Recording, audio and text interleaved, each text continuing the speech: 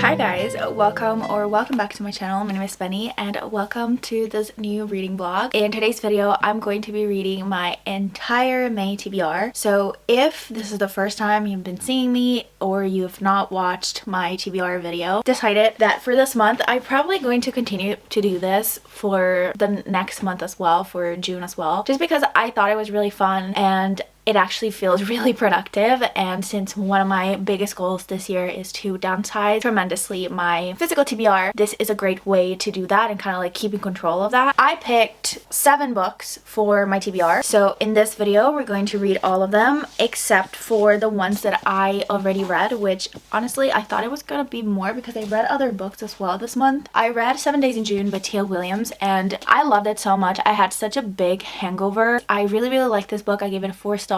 So this is the only book that I finished out of the 7 books that I have to read for this month. Another one that I have about 100 pages left or something. Yeah, I have about 100 pages left of this book, but this is The Vows by Jessica Joice. This is also a second chance romance and this is set in California, in Napa Valley, California, and it's taking place in a little wedding, which I thought that was fun. It's something that I've never read before, although I'm not really connecting too much to the characters, which makes me a little sad because I was really looking forward in reading this book. You know, it is what it is. Sometimes you just don't vibe with it and that's okay. I'm definitely going to finish it though because I literally have probably even just I have 60 pages left, so I will definitely finish this in this video. Then I have a fantasy, which is Kingdom of the Wicked. I don't really know what it's about. I know that it is a little bit of a fall vibe fantasy, so I keep looking at it and I'm like, oh my gosh, I don't know if I really want to read this right now, but at the same time, I've been wanting to read this book for so long. The next book that I actually started in my previous reading vlog, in my 24 hours readathon, whatever, I just started it, and it's The Sky on Fire by Jenn, Lyons, and I'm just a little bit through this, and I'm not gonna lie, I was having a little bit of a hard time getting into the book. I still am, by the way. I'm not into the book at all, and I did not pick it up ever since I finished that video, just because I don't know, man, I haven't read fantasy in a long time, so it's kind of scaring me a little bit. Okay, then the next one is a graphic novel, which is Squire. I again don't know anything about it. This should be a pretty quick read, so I'm excited for that, and I've been wanting to read this for a long time. And then we have 2 summary romance, which I'm really excited to read, and the first one is Summer Romance by Annabel Monaghan. I'm really excited to read this. I've heard really great things about it, and what I know is that she is a divorced woman and she has kids, and she's kind of older. I'm in my 20s. I think she's in her 30s, which it makes me excited to read it because I don't think I've ever read anything like that. Maybe 7 Days in June is a little bit more of a grown relationship. It seems a little bit different. It seems a little bit grown, which I am excited to read because again, it's not very usual. I usually read about people my age or even younger than that. So I'm excited to read about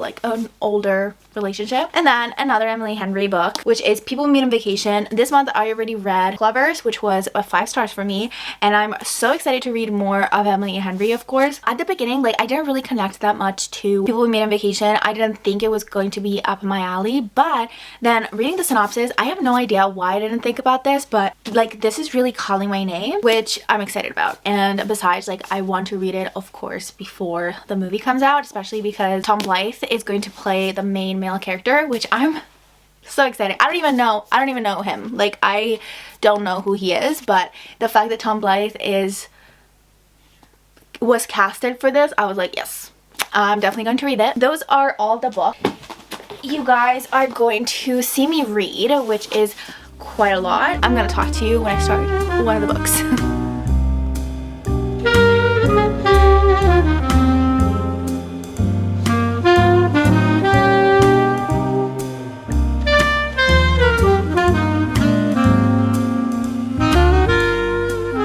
Hello guys, so I want to give you a little update on Summer Romance. I am at chapter 18 and page 126, so I want to give you a little update and also let you guys know what this is about. So I'm 120 something pages into the 26 pages into the book, so I kind of grasped what the book was about because I had no idea except for the fact that she was a divorced woman. It feels like a little bit of a woman's fiction with a romance plot because she's going through a lot. She's going through a divorce, she's going through dealing with being a single mom, and also dealing with grief because she lost her mother too. There is some instincts where she actually talks to her mom, so it deals with that, and then it deals like with the fact of getting back into dating and kind of like trying to find another person. Not really trying to find, like she is trying to open up to the idea of being with another person, not necessarily like she wants to find the love of her life, no, not like that, but it's definitely like she is trying to open up to the idea of another love or another relationship or situationship. She's just kind of like seeing herself with another person. I really like that part. I think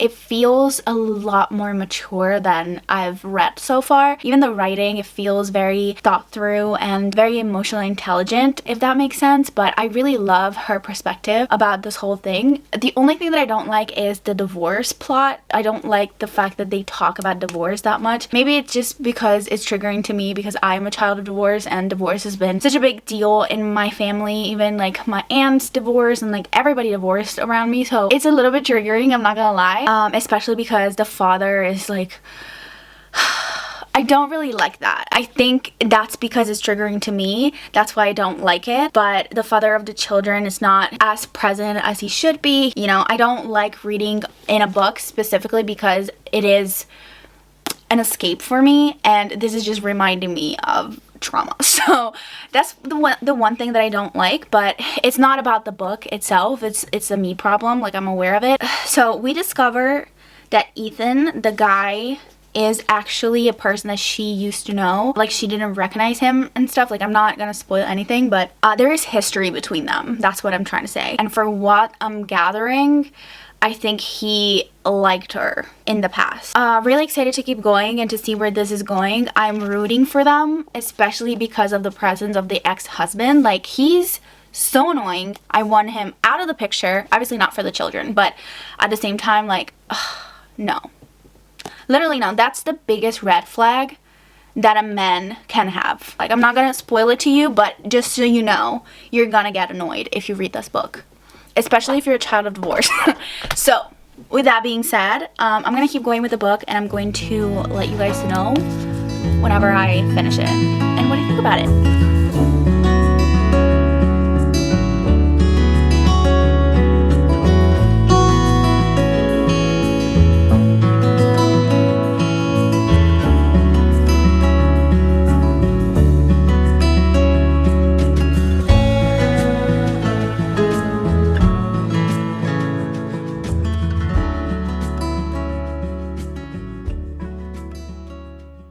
I love this quote. It's right at the end, so I'm not gonna explain exactly what it really talks about, but I'm sorry if you hear a sound in the background. That's my air conditioning that is not working, and I have to put like a very high fan because it's really hot here.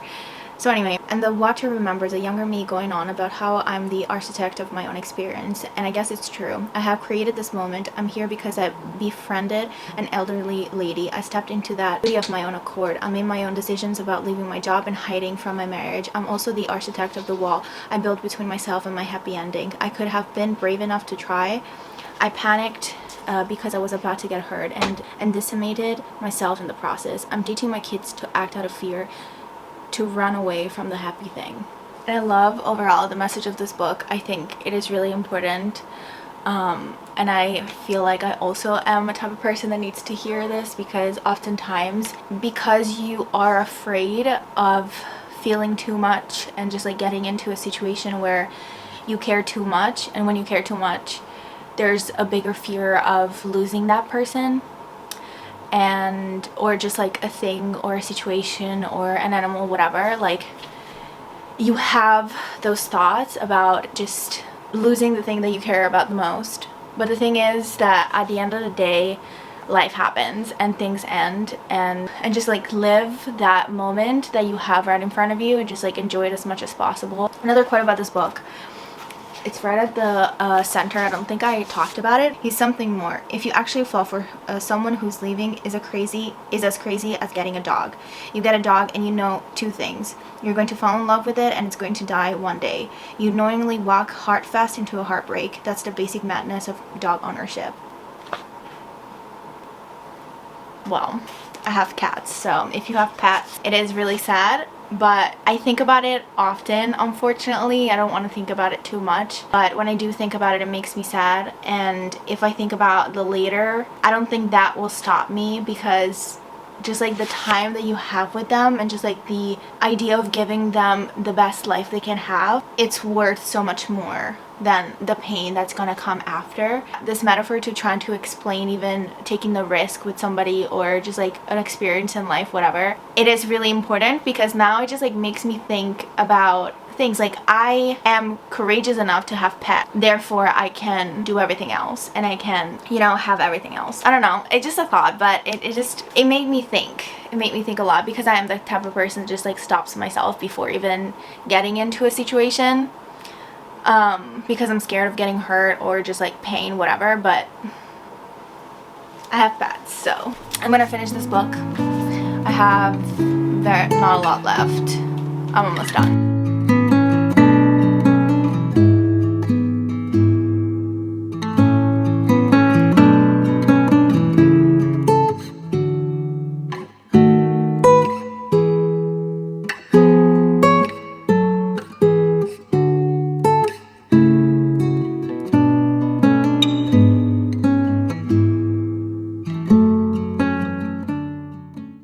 Last quote that I love: "It's madness loving someone like this. I must be a natural born risk taker. In fact, it's possible that I'm just full-heartedly enough to be happy.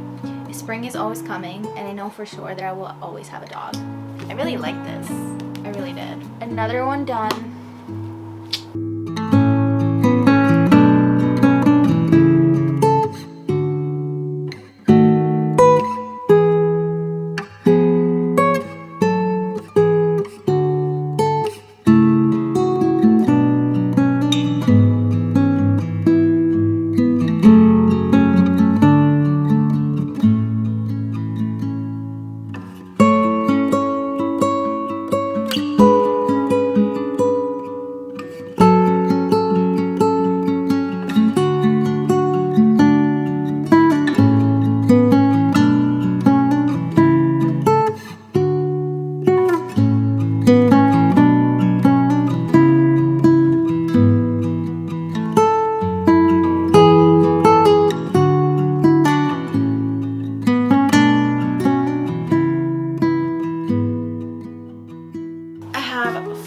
Left. One is a graphic novel. I could get into this because it is pretty fast paced. The other one is Emily Henry, People Women on Vacation. Then we got Kingdom of the Wicked and The Sky on Fire, which I already started. And I don't know, guys, I'm gonna put off the fantasies as much as I can, because I generally am not in the mood for fantasies, so I don't know, but I will be starting one of these. I will be starting People Women on Vacation by Emily Henry, and I think that I will be like switching back and forth with this one as well, just because it's going to be a really quick read, so we'll see. Like, if I get tired of reading, I will start this one. But for now, I'm gonna start People Women on Vacation by Emily Henry.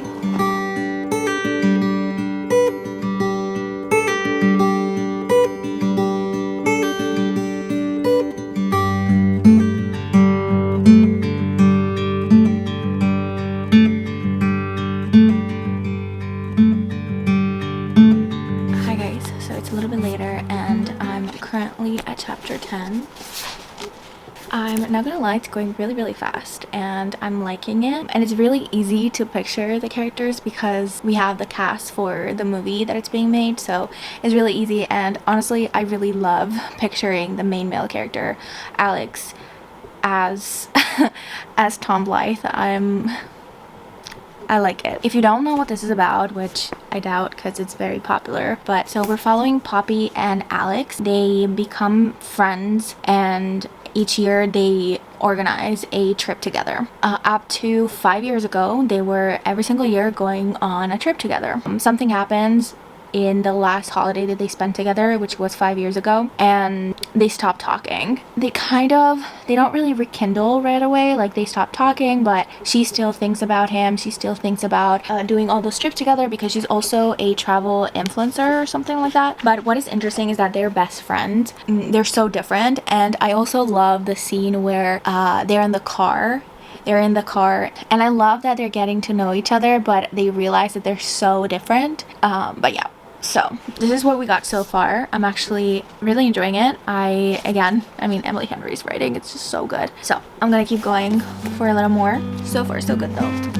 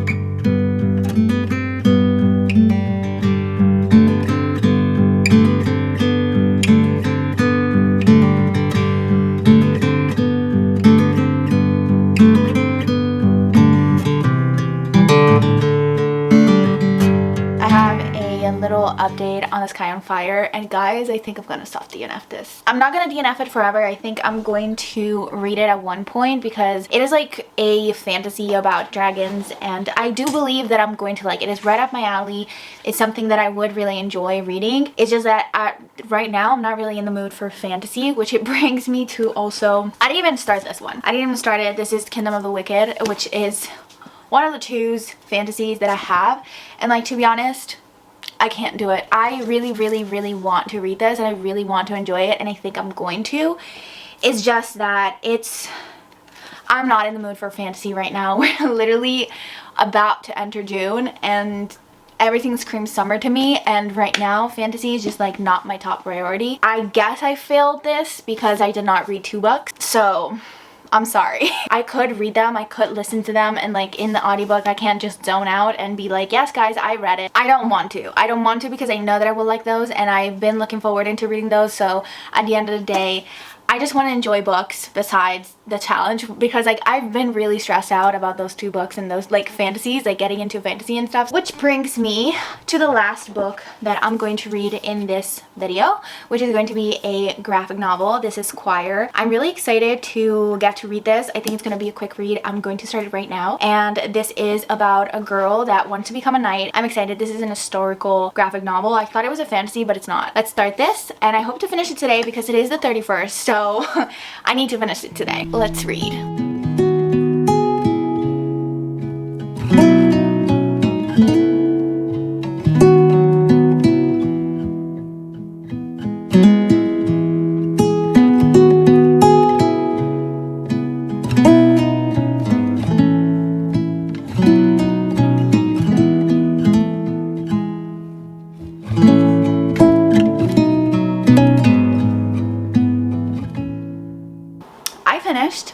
I read my entire May TBR.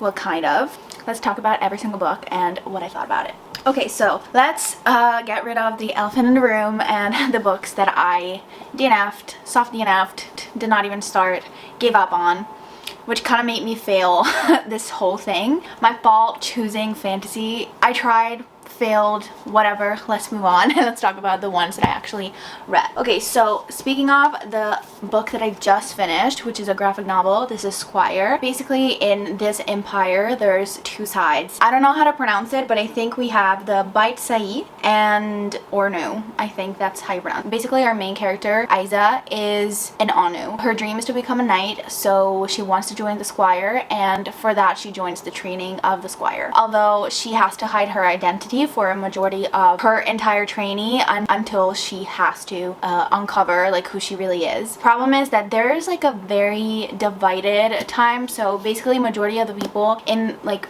that are training to become squires kind of like are against, or at least like what I'm thinking, it's like the propaganda of how they're raised. They're taught to hate the Anu and be against them, and I really like how the ending wrapped up. Obviously it's a graphic novel, so it's a very quick read, and I feel like it has to be continued. The story is not done, and I hope it's not, because I want to know what's going to happen after. I thought it was really interesting. I love the graphics, of course. They're so pretty, and it's very eye-opening, especially we're like at the time that we're living right now, and history is constantly repeating itself. And yeah, so I highly recommend it. I think it's a great read, so I highly recommend Squire if you have not read it yet. The next one is People, Women, and Vacation. This talks about Poppy and Alex, which they're best friend, and each year they went on vacation together until one year something happens. They stopped talking for 5 years, and then 5 years later they rekindle things and they decide to go to another trip together. One thing that I really loved is we followed all the vacations leading up to the vacation that broke them, and also we follow them in the present. So I really loved those different timelines, and I think it really structured the story in a good way, and I really loved it. And another thing that I really loved is that the two main characters are completely opposite from each other, and character wise, like personality wise, even the things that they like, and I really love this dynamic. So next is The Vows by Jessica Joice. This is a second chance romance that follows Georgia and Ellie. I already read this, a majority of it, in another reading blog, and I read just like the last 60 pages of this book, but this takes place in Napa Valley and basically takes place in the environment of a wedding, which I thought it was really fun. I loved it. It was the first time ever that I read a romance slash like normal book or like a fiction books about like weddings or like in a wedding setting. Georgia and Ellie are exes, and they broke up for multiple reasons. They have to meet again because of their best friend's wedding. Something happens, like the original planned wedding venue, so they have to find a new solution and replan everything. Ellie and Georgia are like the best man and best woman. They are in charge of making things happen and organizing everything, and where they do it is in a place located in Napa Valley, and this place is very special for them because they spend a lot of times, a lot of summers there, and it's basically where their friendship flourished to a relationship. What did I like about this book is the setting. Obviously I was most excited about Napa Valley. That's one of my bucket list places in life in general. If you are a fan of The Parents Trap, that's where my love for Napa Valley comes from. I was very excited when I heard about this book that it was set in Napa Valley, and I was really excited to read it as well. Although I could not really connect to the main characters. I don't know why. I think I'm not a really big fan of second chance romance, but I read another second chance romance, which I'm going to talk about in a second, and I really liked it. And same thing even with People, Women, and Vacation. Like, they were best friends first, they kind of, something happened, and then whatever. Like, it's kind of a second chance romance, not really, but it kind of is. But this one, I don't know, guys. Like, I didn't really connect with the character, but I really like the setting. I would still recommend it because I do believe that a lot of people will like it, but for me personally, not my fave, and I was kind of sad about it, but that's fine. The next one is Summer Romance by Annabel Monaghan. This is my first book from her, and I have like I think another book from her which I'm really excited to read. I really love this. There was a big focus on the romance plot, but there was also a really big focus on her and her growth. This basically talks about this woman that's also a mother, and she's going through a divorce with her ex-husband, and her husband is a little bit of a deadbeat. A little bit though.